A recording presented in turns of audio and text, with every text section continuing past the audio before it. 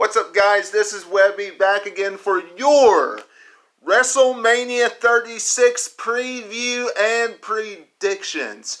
WrestleMania 36 too big, according to WWE, for one night. WrestleMania 36, according to WWE, is too big for one night. It is extraordinary, spectacular, granddaddy of them all. It is absolutely fantastic this year, wrestling fans, according to WWE. So big, they have to put it on 2 nights. Well, wrestling fans, right here today on this preview and predictions, we're going to break it down and see if it's really too big for one night. But before we do that, each and every one of you, make sure you do your part. Go down, leave me a like, and do all the other stuff that I always say each and every time that I come on here. And that is, become a subscriber today, and all that kind of good stuff. It is appreciated, and it helps the channel out as well. Thank you very much if you are a subscriber, and thank you if you become one today. Now, let's dive into WrestleMania 36 and what we can expect 1 week from this Saturday night. Alright, wrestling fans, such things as the Beast Incarnate, Brock Lesnar, taking on Drew McIntyre, Goldberg, defending the Universal Championship against the big dog, Roman Reigns, who has the best spear in WWE history, who has the best spear in wrestling history, more like it. Not WWE history, alright, WWE. A last man standing matchup between Edge and Randy Orton. A boneyard matchup. What is a boneyard matchup? Who knows? Is that really taking The Undertaker back to where he came from? Is that his real old stomping grounds gimmick matchup? To me, no. And we're going to discuss why I think not right here today on this preview and predictions. But the first thing we're going to discuss is Becky Lynch versus Shayna Baszler for the Raw Women's Championship. This match, wrestling fans, if you ask me, should be one of the main events. Monday Night Raw, if you look at how they've built this match up, and you look at how the other matches have been built up, whether it's been on Monday Night Raw or SmackDown, it's been built up one of the best. I think each and every one of us would agree with that. Okay? And these two women are going to go out there and have a knockdown, drag-out affair.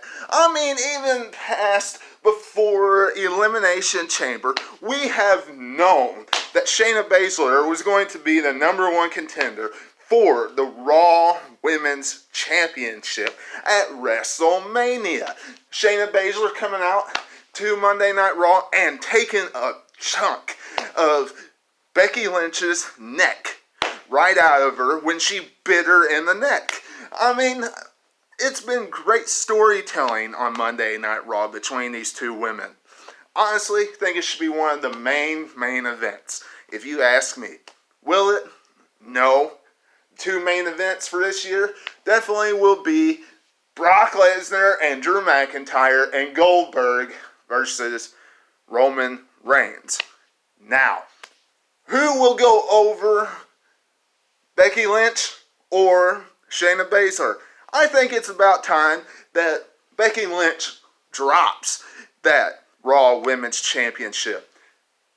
Who else can Becky Lynch face if she beats Shayna Baszler, who else? Nobody. There's no one left on the Raw roster for her to destroy, so to speak. She's beaten everybody. There's no one left. Shayna Baszler has to go over at WrestleMania. That's my prediction. Y'all let me know what you're thinking about that in the comments below. Next up, John Cena versus The Fiend, Bray Wyatt. This match, this rivalry, it's been dating back really since WrestleMania 30. I was in attendance for WrestleMania 30 down in New Orleans at the Superdome. Or as Hulk Hogan would say, tell you something, brother, the Silver Dome, right? Immortal One. Look, this matchup, absolutely awesome. Can't wait to see it. This will undoubtedly have tremendous storytelling between John Cena and Bray Wyatt. Every matchup has great storytelling when you have Bray Wyatt in it, especially when he's the Fiend. Always has. And John Cena will have great chemistry back and forth with that, and he knows how to play off that stuff. So, can't wait to see it. And they'll throw in some wrestling with it as well. But I am really hoping that John Cena puts over Bray Wyatt here. Bray Wyatt and the Fiend character cannot afford to lose 2 big matches in a row on pay-per-view. That character cannot. That will be the ultimate burial. It was bad enough that the Fiend lost to Goldberg at Super Showdown. If he would go to WrestleMania and lose to John Cena too, can you imagine what that would do to his character? That would suck. I think we'd all agree with that one.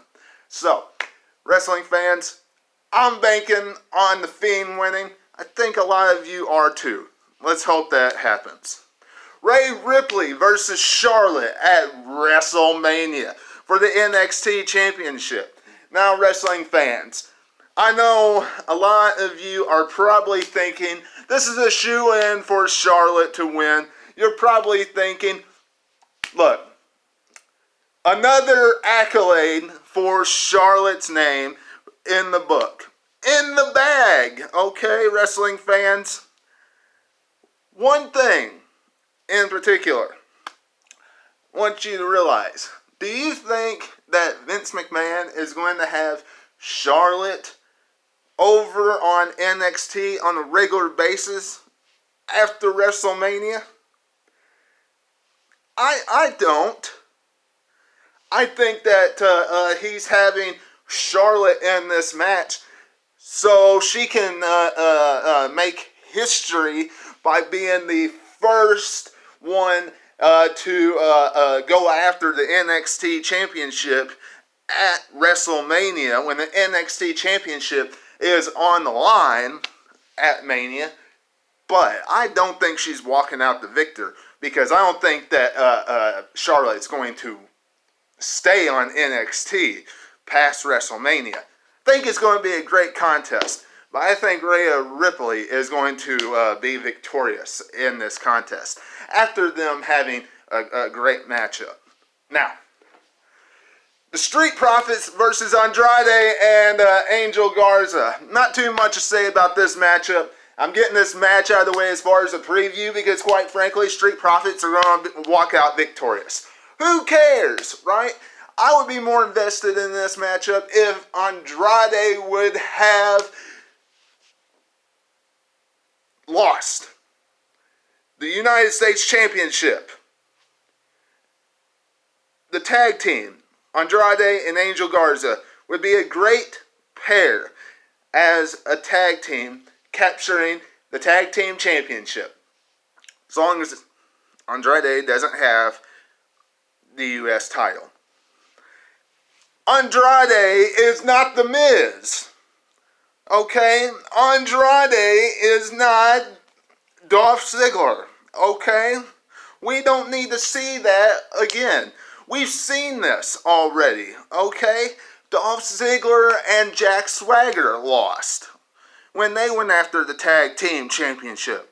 Andrade does not have the charisma as The Miz does on the mic. Okay? They're not going to win the tag team championship at WrestleMania. The Street Profits, 100%. 1, 2, 3 at WrestleMania. Aleister Black versus Bobby Lashley. Why is this match happening? Why? Why is this match happening? I do not know. I really don't. I'm glad we're getting to see Aleister Black wrestle, but as far as almighty cringely, please, really, WWE, you could have done better than that. You could have given somebody for Aleister Black to squash better than Bobby Lashley. Okay? As far as King Corbin versus Elias, I hope they have a pre-show and they stick that match on a pre-show. Okay? I'm just saying that. Saturday night's pre-show, put that match on it because I, frankly, I could care less. Okay? WWE. Kevin Owens versus the Monday Night Messiah, Seth Rollins. This matchup promises to be a good matchup. I mean, it promises to be a knockdown, drag-out affair simply because of the rivalry and the story behind these two superstars. Whether it's because of their past and the years, or because of this year, it promises to be a good rivalry and a good matchup at WrestleMania. The only thing that I do expect to happen for the Seth Rollins fans out there, me being included, but there's nothing I can do about it. There's nothing you can do about it. Even if we do put on the internet that we don't want Kevin Owens to win, they are building this matchup the same way they built up the Big Show at WrestleMania 28. That his record sucks at Mania, and that Seth Rollins' record is a god. That's pretty much what they said on Monday Night Raw. So, Kevin Owens goes over at WrestleMania. Bayley defends the SmackDown Women's Championship against Sasha Banks, Lacey Evans, Tamina, and Naomi. I think this would be a perfect time for Bayley to drop that Women's Championship to Sasha Banks. Give the title to Sasha Banks, okay? The last time they were booked to be in Florida, and they had a SmackDown Women's Championship matchup, and it was a multi-woman match. Naomi walked out the victor. Don't have the same type of victor in this. Have Sasha Banks do that, walk out the victor, and then have the rivalry that we all wanted. The true rivalry that we all wanted. Have Sasha Banks and Bayley have a knockdown, drag out affair on SmackDown. Have it where they're in the back brawling. Have it where they're brawling out in the arena. Things of that nature. That would be awesome. And WWE, I understand that you are in an arena with no audience, But you did a perfect job this past Monday of having angles where you really didn't show the chairs that had nobody in attendance. So I'm sure you would be able to pull it off again. Okay? Now, let's go into Edge versus Randy Orton. Last man standing match.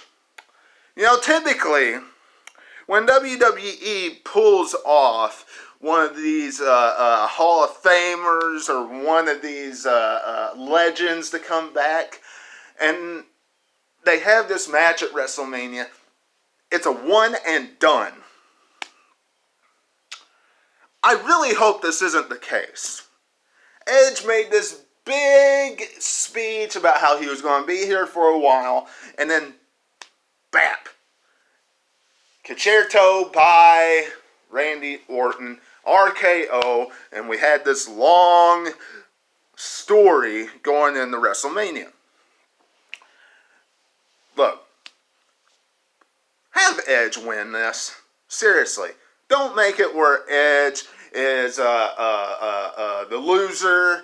He doesn't win, and we never see him again.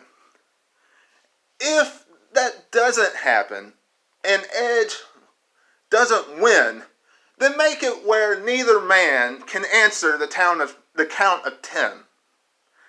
Do something of that nature. Make it interesting. Make it where, you know, it's not what we usually see, and that is Randy Orton victorious in one of these type of matches. The Undertaker versus AJ Styles. I think we all can pretty much agree on this, that the dead man is going to walk out victorious at WrestleMania. It's a guaranteed here. Undertaker's going to beat AJ Styles. AJ Styles pretty much has had the upper hand throughout this entire build, outside of that 1 week where, you know, the Undertaker beat up Anderson and Gallows.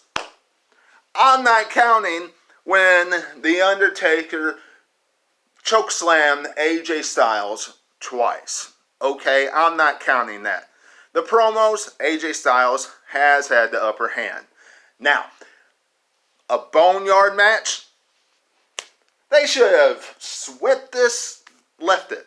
They should have put this in a casket match. Okay, if you're going to bring back any gimmick, casket match. Whether the Undertaker comes out as his dead man biker gimmick, or comes out as the Phenom rest in peace gimmick, it doesn't matter. Should have been in a casket. That's the way I think of it. Goldberg versus Roman Reigns. Does anybody care about this matchup? No, I don't, and I'm sure you don't either. Spear versus spear for the Universal Championship. There's only one man that has a true spear. There's only one man in wrestling history that has had the best spear of all time, and that is Goldberg. Okay? I've been watching wrestling since the early 90s. And one man has had a true spear, and that is Goldberg. I watched somebody the other day, and they said Goldberg is old. Yes, Goldberg is old, and Roman Reigns is going to spare him in half. That's what this is amount to. And you're right. His name used to be the Lex Man. I'm giving you a shout out because you gave me a shout out the other day when I made a comment. So, you're right.